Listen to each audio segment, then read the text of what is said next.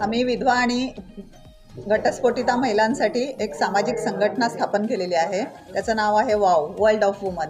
आणि या संघटनेद्वारे आम्ही राज्यभरात फिरून 1 लाख विधवा महिलांचं संघटन करून त्यांना स्वतःच्या पायावरती उभं राहण्यासाठी, स्वयंसिद्ध होण्यासाठी आम्ही सरकारकडे पाठपुरावा करणार आहोत आणि त्यांना रोजगार निर्मितीची साधनं उपलब्ध करणार आहोत.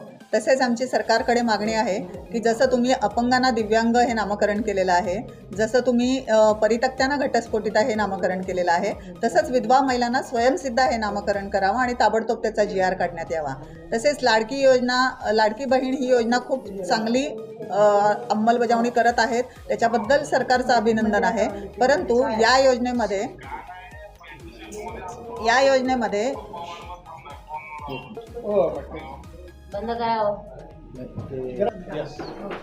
लाडकी बहीण या योजनेमध्ये ज्याप्रमाणे त्यांनी 1,500 रुपये सर्वसामान्य महिलेला डिक्लेअर केलेले आहेत, तर माझी विनंती आहे की एकाच फुटपट्टीतून आपण सगळ्या महिलांना मोजू नका.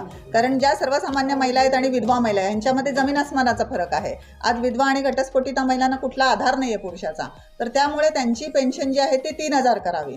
कारण असं कर्नाटक आणि राजस्थान सरकारमध्ये 3,000 रुपये ऑलरेडी दिले जातात. महाराष्ट्र हे मोठं राज्य आहे, त्याच्यामुळे आमची नम्र विनंती आपल्या माध्यमातून आहे सरकारला.